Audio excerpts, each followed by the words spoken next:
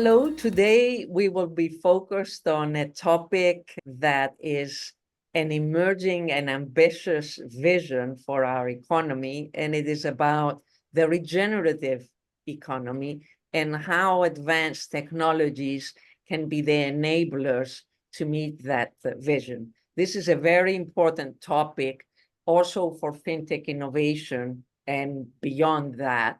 And I have with us today Jessica Groopman, who is an industry analyst and innovation strategist, very much focused on regenerative technology and the regenerative economy. Let me welcome her. Jessica, welcome. Hi, thank you, Efi. It's so wonderful to be here with you. I know that you are not only working with businesses as a strategist, but also you are a fellow with several institutes. Can you please share with us where you collaborate with your research? Yes, I wear many hats. I've long worked with heads of innovation. This is one of my favorite client types, and those often most tasked with looking ahead in business environments. And as part of that, and part of my inquiry studying technologies, where I've really been focused is the economic paradigm, the economic context in which all technologies are nested. So this has led me to deep study in regenerative economics, which we're going to talk about today. And I'm a global ambassador as part of the Capital Institute, which is one of the leading think tanks in this area, and also a senior fellow with Regen Intel, which is another organization focused on regeneration across all sorts of different areas, economics, but also lots of other domains. So yeah, those are a few of the other hats that I wear. Amazing. And we both have discussed this before and believe strongly in the interconnectedness of the different domains that we tend as scientists and analysts to, compartmentalize and look at individually, but we have to also synthesize and look at these interconnectedness. So let's take a 35,000 feet look at our economic system that is clearly today very extractive and degenerative. So what is regenerative economics? What is sort of the definition or the principles, the ideas, and kind of when did this all emerge? Yeah, it's before we get into economics, I think it's important for us to hold that actually we're all regenerating all the time. Our bodies are regenerating, the forest is regenerating. This is how life works. It's how life creates conditions for more life. So in at the kind of highest level, what this word speaks to is a way of reconnecting to life itself by following the patterns that ecology and biology have the R&D of the last 3.8 billion years of life on Earth. What has it figured out? And so if we're thinking long-term, sustainably, how can we connect into these patterns for resilience, these patterns for adaptation? So that's just at sort of the very high level view.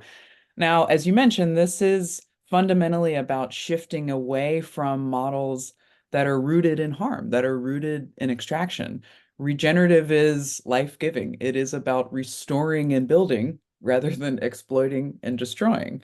So when applying that to our economic systems, we're shifting away from economic models that do harm just part and parcel of doing business. The conventional model, as you know, externalizes so many of the harms to communities, to the environment, to the body, to all sorts of different things, just as, well, that's how, it's just business, as is sometimes said. So part of kind of shifting into a regenerative mindset is not just, being okay with harm, but it's also not just stopping at, well, let's do less harm or let's do less bad. A lot of the quote unquote sustainability models today, I mean, literally the parlance of the day is net zero. It's offsetting, it's reducing. And that is good. We need to take a step in that direction, but ultimately it's not enough. Do we want to sustain the models that we have today? Is that is that our highest aspiration, or can we create models that by their very nature are improving the systemic health of our systems, are improving ecological health, our improving community health, such that could we imagine that businesses and a broader economy functions in service to life itself, in service to living systems? And so that's kind of this is shifting away from, it's easy to say extraction, and Yeah. these terms around harm, but very practically, what this has resulted in is massive degradation of the natural world, huge wealth inequalities, huge erosion of social cohesion and communities. So this is a kind of a new way of thinking, a third way, if you like, if not just being okay with that, doing what businesses can get away with legally, or and not just sort of offsetting and doing less bad. It is a third way of thinking about, well, what is the kind of economy that we would want for our children, the next 7 generations, as is often articulated in many indigenous traditions. But just So there's a lot more to go into, but that at the very highest level hopefully gives a flavor. how is this different than the circular economy that I think we are more familiar as a term, either because of marketing or because it's been around longer and it's been used more in from the sustainability or the SDGs and so on. What are the differences or similarities? Yeah, it's an excellent question. And in some ways, my own journey into this space came through looking at what are alternative economic models. And there are a lot. We're in a soup of well-being economics, circular economics, donut economics, feminist economics, ecological economics. There are many options out there. That's how I discovered regenerative economics. I think, a couple things to say. First, for those who maybe aren't familiar with the term, circularity or circular economics refers to a shift from our economic models today of so-called take, make, waste, linear supply chains where we extract from the natural environment to create a material product. And we use that product often only one time. A huge percentage of plastics, for example, are single use or limited use. And then we throw them away. We throw them in the trash and we don't think about them anymore, even though, of course, trash and landfills and pollutions and runoff has huge, degrading impacts on the world. So that's the current model.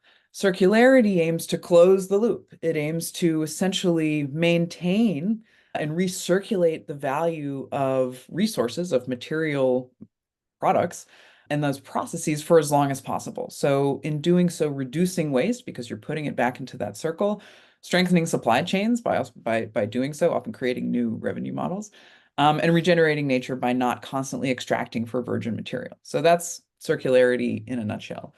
Now, circularity we could think of, or circular economics, under the regenerative economics umbrella. We need circular models. They are a crucial part of, again, improving the conditions for life on Earth, improving and regenerating the ecosystems that are constantly extracted from, whether we're talking about, for rare earth minerals or mangroves. All kinds of different ecosystems are part of this.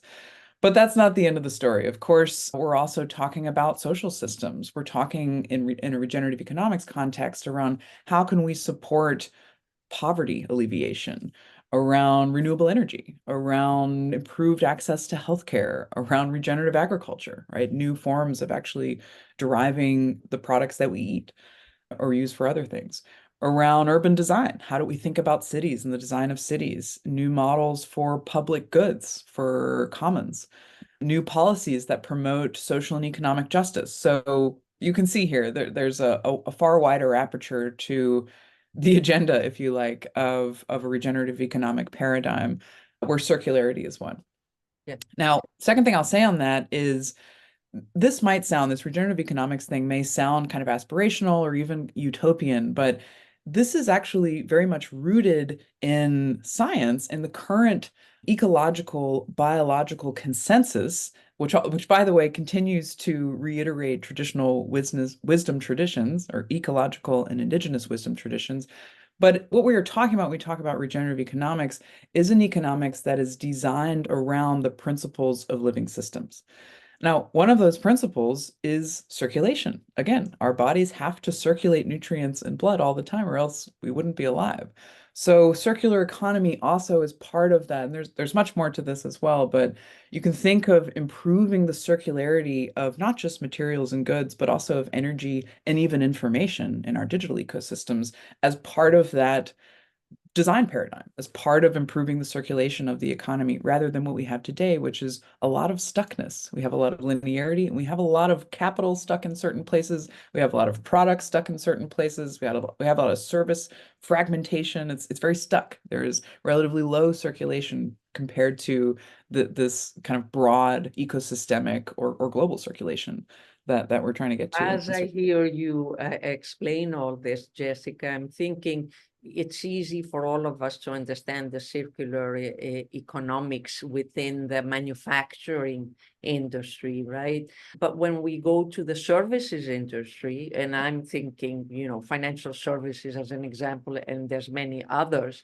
the circular economy is not so clear because we don't have, tangible products, but the regenerative economy becomes more clear and more applicable to the services sector because there we are touching on societal issues, environmental issues, and more sort of intangible issues in the service sector. And I think that is, a way to sort of look at that distinction.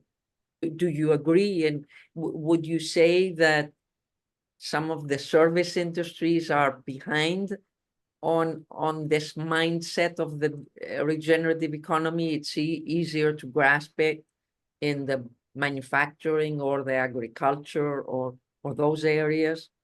Yeah, I mean it depends and again one of the challenges and kind of opportunities around this space is getting your arms around it. We're talking about a lot of different subjects. And so we can talk about regeneration in the context of material goods.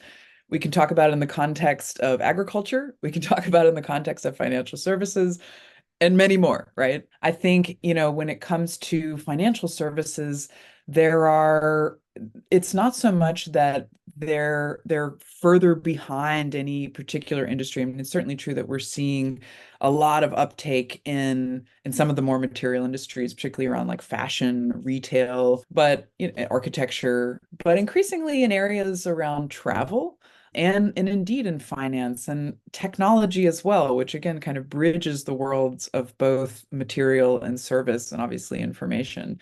In one of the kind of ways of distinguishing, especially in the finance world, what's different about regenerative finance or compared to some of these other, there's a lot of trends in investing, of course, as you know. I mean, the impact investing versus regenerative finance, are they similar? There's an overlap, they're different? Yeah, What do no, you think it's a of great that? question. There's a key differentiation here. I think one is that when we think about impact investing, often it is funds being directed to generate social environmental impacts alongside financial returns. So those financial returns are still crucial, but we're trying to create social and environmental co-benefits.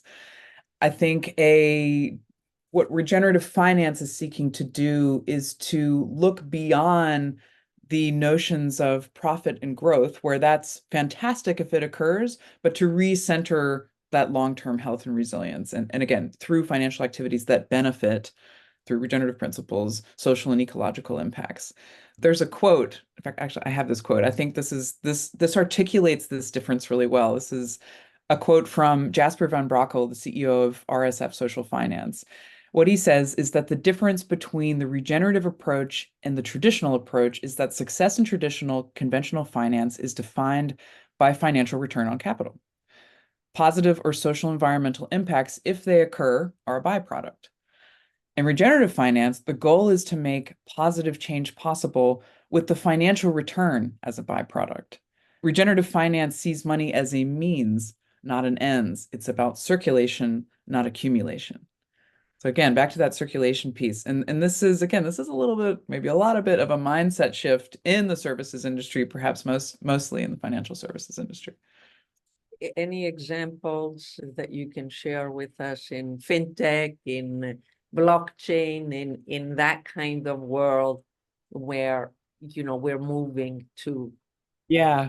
Well, there's a funny thing. refi, Re- although refi can be refinancing your mortgage too, but yeah, If you do a Google search on this, sometimes you go in different directions. yes. I mean, there's a funny thing to kind of articulate for listeners that are new to this concept. There are two refis in some ways. There's regenerative finance as a movement in the finance industry that may or may not have anything to do with tech, that is about the design of investment.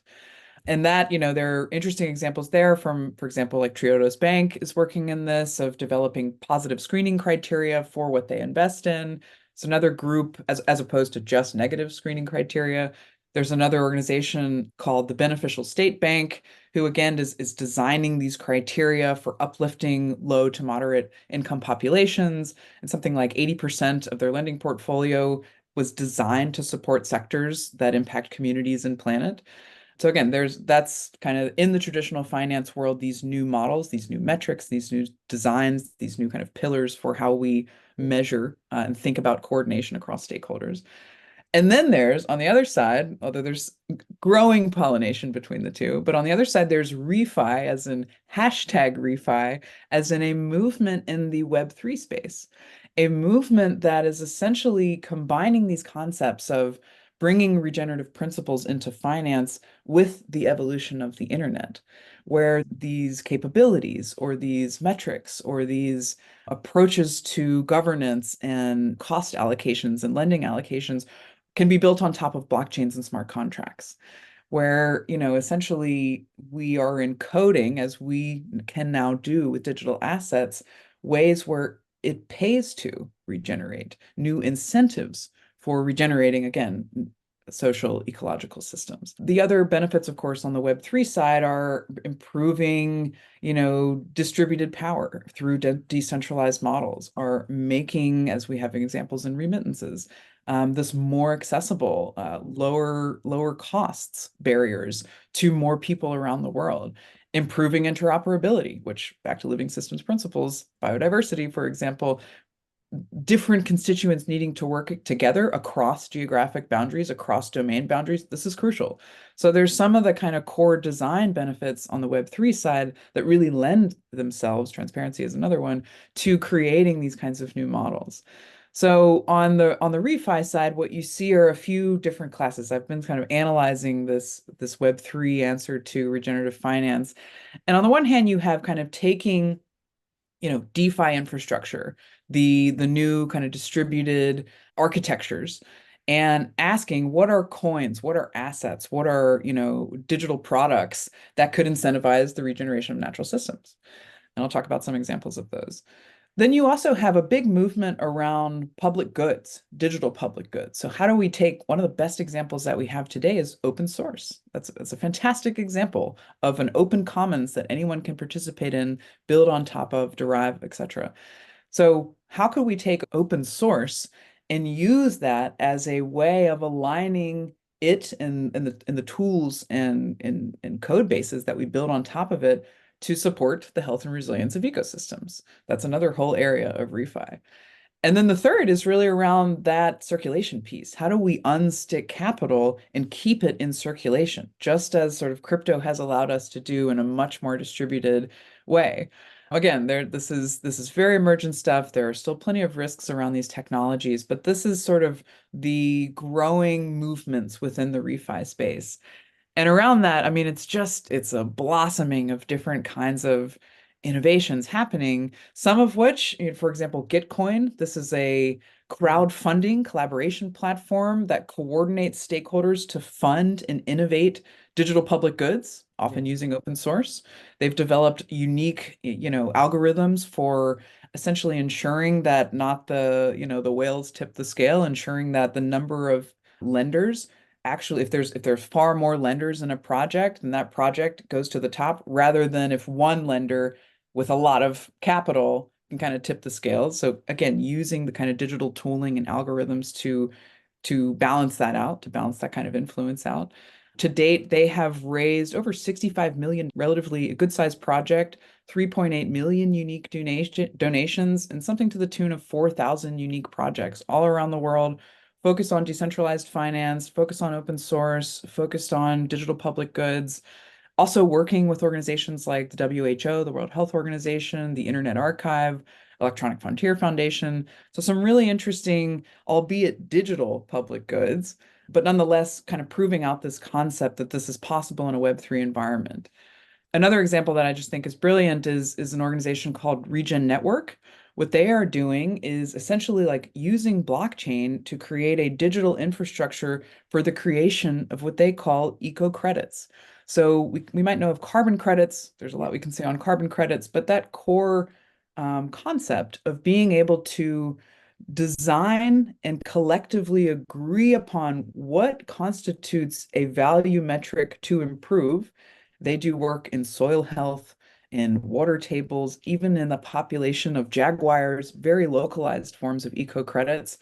So they work with landowners, they work with scientists, they work with farmers to basically all agree on. We have these digital tools to measure how do we improve soil health, but how can we make sure that we all agree that this has happened here, that this is the kind of longitudinal time that it takes, or that we will come back and demonstrate that this has actually been improved, put that onto the blockchain, also use it as a retiring mechanism if we need to retire those credits.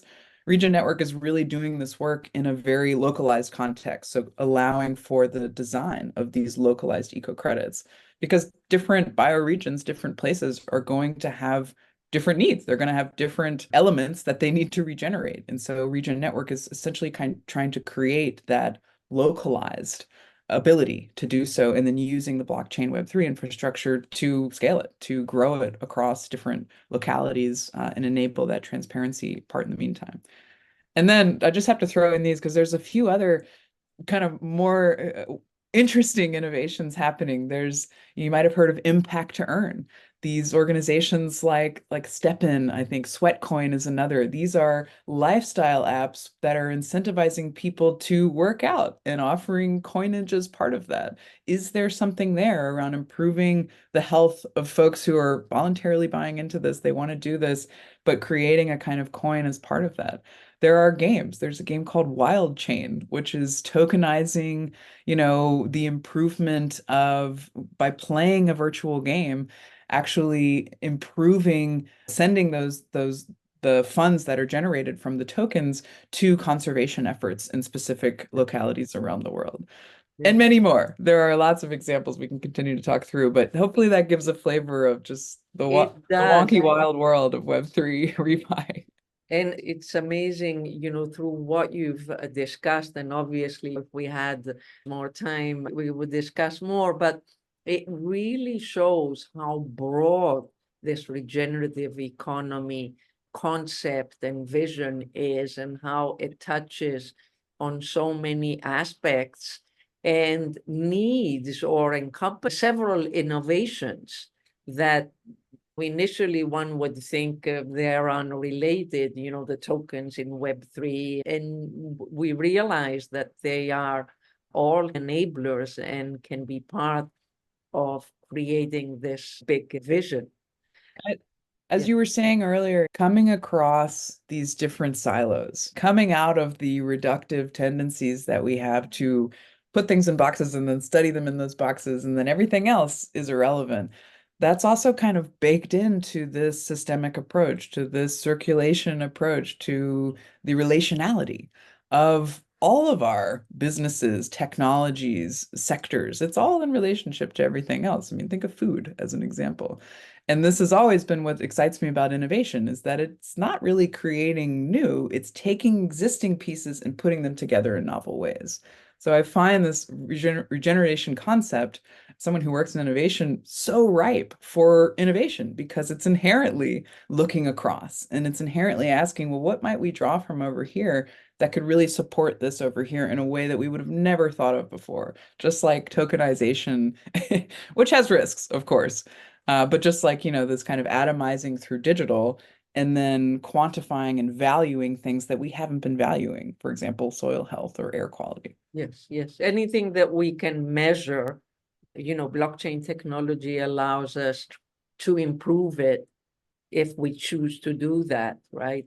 And take advantage of the technology. Jessica, before we close, I want to mention to our audience that we are both Sure. faculty members at the Fast Future Executive, a platform that is really focused on helping leaders that are interested in shaping the future understand how all the different technologies shaping our future and the socioeconomic trends, how they're all relevant to their future, no matter what industry they're in. And because of that, we have co-authored a book, The Fast Future, a blur that you see on my background. And I wanted to ask you about your chapter. What is it about in this book? Thanks, Efi. I'm so excited for this book. The intention of this book is looking across different seemingly separate areas and looking at how they're converging, the blurs that they're creating, the interconnections. And what my chapter covers is this concept of regeneration and the concept of digital platforms. Of course, digital platforms have had immense influence in our businesses, our economies, and everything else. So how do we take them? Because frankly, they haven't always supported positive means. There are many ways in which digital platforms have only accelerated extractionism, have only accelerated the linear economy, have accelerated things like polarization, right? So how do we take the tools, because they are tools after all, and apply them through a regenerative lens? That's what this chapter really looks at. And what's really exciting is there are lots of examples out there. I think we profiled 9 different examples of real world projects and organizations that are doing this work across lots of the areas that we've talked about today, including Web3, but also far beyond, and asking what about digital platforms can support the regeneration of social and ecological systems. And we identify kind of 3 core value propositions or design potentials that digital platforms offer. And there's lots of examples of these. And then finally, we kind of look at, well, how, if you're a digital platform organization, would you think about this? What kind of model might you impose as a business model or as a design model to start to answer and ask some of these questions, to bring in more, to not externalize societal harms, as has been the case in many digital platforms. So that's a little bit of a teaser. You'll have to jump in and A read more. teaser But on yeah. how to move and become really, truly a participant or a leader in the regenerative economy, no matter what business you're in, if Yeah. you're in a digital platform. Thank you very much, Jessica. This is a very exciting topic, and I'm sure our audience will very much appreciate these insights. Thank you so much, Efi. It's been wonderful to share the space with you today.